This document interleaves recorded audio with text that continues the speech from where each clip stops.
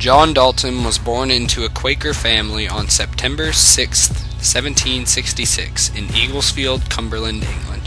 His family consisted of his father, Joseph Dalton, who was a poor weaver, his mother, Deborah Dalton, his brother, Jonathan, and his sister, Mary.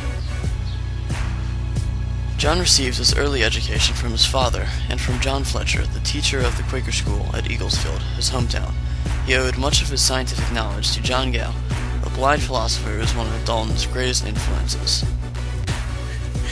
Dalton helped run a Quaker school with his brother, Jonathan, when he was only 15 years old. Over the course of his life, he taught many classes in many different schools. Dalton taught at New College in Mosley Street as a teacher of mathematics and chemistry. In 1804, he was chosen to give a course of lectures on natural philosophy at the Royal Institution in London. Dalton was proficient in many different fields of science, including meteorology, in which he kept a diary where he recorded about 200,000 observations over the course of 57 years.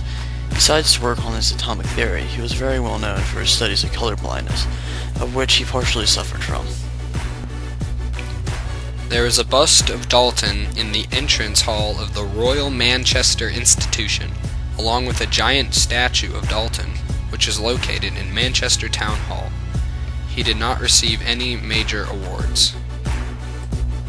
Dalton was a teacher for much of his life. His work on color blindness was later known as Daltonism. In 1794, he communicated his first paper on extraordinary facts relating to the vision of colors, in which he gave the earliest account of optical phenomenon known as color blindness, and summed up its characteristics observed in himself and others. He also fathered the atomic theory and his own law of pressure, known as Dalton's law of partial pressures.